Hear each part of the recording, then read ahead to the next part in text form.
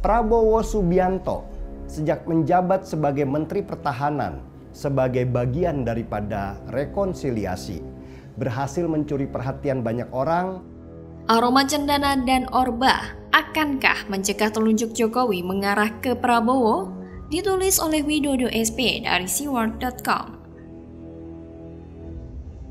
Jangan terpancing. Tidak akan kita gunakan cara-cara di luar hukum karena kita sudah menang. Rakyat bersama kita. Rakyat bersama kita. Pada pagi hari tanggal 3 Mei, saya seperti mendapat pencerahan ketika mendengarkan ulasan bernada peringatan dari Denny Siregar mengenai Prabowo Subianto. Sosok capres populer saingan Ganjar Pranowo di berbagai lembaga survei ini dianggap sukses meraih simpati banyak pendukung Jokowi sejak beliau masuk ke kabinet dan menjadi salah satu menteri Jokowi yang loyal. Loyalitas Prabowo ini sepertinya cukup beralasan karena salah satu faktornya soal prinsip otoritas yang pasti sangat dipahami oleh sosok dari background militer seperti Prabowo. Rasa hormat dan kagumnya kepada Jokowi sepertinya juga natural, alias tidak dibuat-buat atau hanya buat pencitraan belaka. Namun justru disinilah letak bahaya yang agaknya tercium oleh Denny Siregar. Tanpa bermaksud menyudutkan atau menjelekkan Prabowo, tetapi Denny Siregar menyerukan agar relawan Jokowi, terutama mereka yang dari kalangan non-partai, agar jangan melupakan fakta sejarah bahwa Prabowo memiliki sejarah dan kedekatan dengan keluarga cendana, alias terah mantan Presiden Soeharto. Kita tahu pada pemerintahan Jokowi ini, anak-anak Soeharto dibuat meradang karena utang-utang mereka kepada negara ditagih. Meskipun sampai hari ini mereka juga masih melawan. Kondisi ini memperkecil kemungkinan keluarga cendana mendukung Ganjar Pranowo yang dianggap sebagai orangnya PDI Perjuangan. Sementara PDI Perjuangan juga tak mungkin mendukung sosok yang berkaitan erat dengan Orde Baru seperti Prabowo agar dijadikan capres. Paling mentok dengan syarat tertentu, mungkin Prabowo masih bisa digandeng sebagai cawapresnya Ganjar. Tapi orang seambisius Prabowo yang masih akan terus penasaran sebelum menduduki tahta sebagai RI 1, apa mau sekadar menjadi RI 2? Nehi. Disinilah kejelian sekaligus pengalaman Jokowi akan menjadi penentunya ketika beliau ikut menentukan arah dinamika politik akan kemana lewat jari telunjuk yang mengarah pada Ganjar atau Prabowo yang akan diikuti mayoritas pendukungnya nanti. Jika nanti telunjuk Jokowi mengarah ke Ganjar, rasanya masih akan ada sebagian kecil yang tetap membela Prabowo karena sudah kadung bersimpati dengan sikap Prabowo selama 5 tahun terakhir ini. Buktikan saja kalau nggak percaya. Saya tidak berkata bahwa Prabowo tidak berubah atau berbahaya bagi kelangsungan negeri ini ke depan kalau sampai beliau menjadi RI 1.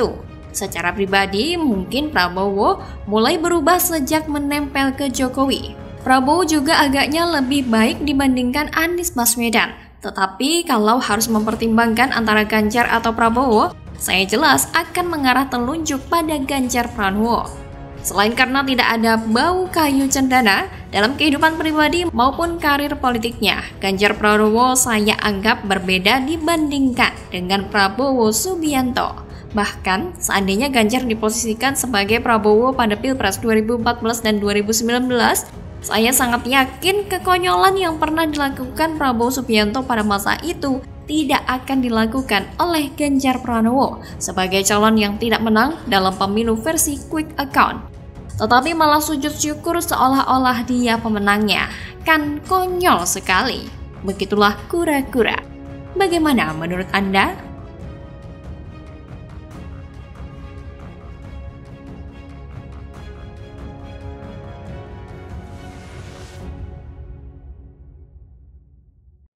Kondisi keuangan memburuk sejak era Anies Baswedan. Jakpro diprediksi baru bisa beri dividen 2025. Heru Budi Berang, turun tangan bereskan antek-antek bapak kelebihan bayar. Ditulis oleh tim redaksi jurnal, dikutip dari berbagai sumber. Jadi gubernur di DKI, Sunter itu, kita mulai. Sampai saya tidak jadi gubernur, tanda tangan pun saya belum. Ada udah kita rencanakan. Belum. Saya nggak tahu sekarang apakah sudah. 2023 hati-hati bisa mundur lagi itu. Kalau sudah Pak, itu ya saya senang. Kalau masih 2023 saya masih sanksi. Bukan karena Pak Heru ya, sejak dulu kayak gitu itu memang. Kondisi keuangan PT Jakarta Propertindo atau Jakpro ternyata sudah memburuk sejak era Gubernur Anies Baswedan. Pasalnya sejak 2019 lalu Jakpro tak bisa memberikan dividen kepada Pemprov DKI Jakarta.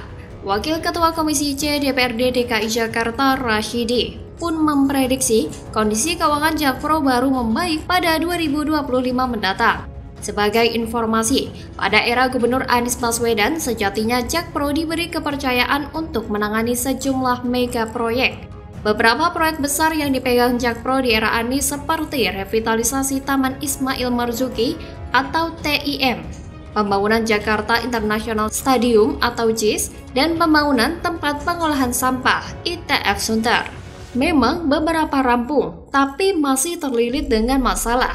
JIS tribunnya roboh dan tidak lulus dalam seleksi sebagai stadion berstandar. Taman Ismail Marzuki juga begitu banyak juga masalahnya, meskipun telah direvitalisasi. Bahkan ITF Sunter yang seharusnya rampung tahun kemarin sampai Anies lengser tidak dikerjakan sama sekali. Namun akhirnya yang diselesaikan malah Stadion JIS. Pembangunan Stadion JIS katanya menelan dana hingga 5 triliun rupiah.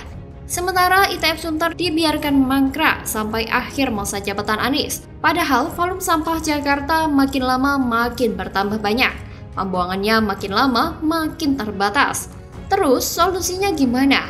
Ya, mana Anies peduli sekarang? Wong sudah bukan tanggung jawabnya lagi. Hadeh. Yang katanya dilunasi, buktinya ya omdo alias omong doang. Apakah ini bisa dibilang kualitas Jakpro bagus sebagai BUMD profesional? Bukan hanya itu, bahkan Jakpro juga dipercaya Anies untuk menyelenggarakan Formula E di kawasan Ancol pada 2022 lalu hingga 2024 mendatang. Setiap tahunnya perusahaan pelat merah itu pun mendapat suntikan dana hingga triliunan rupiah. Penyertaan modal daerah atau PMD yang diberikan Pemprov DKI kepada Jakpro pun mencapai 1,6 triliun rupiah. Meski disuntik dana triliunan rupiah, nyatanya Jakpro tak bisa memberikan dividen kepada Pemprov DKI.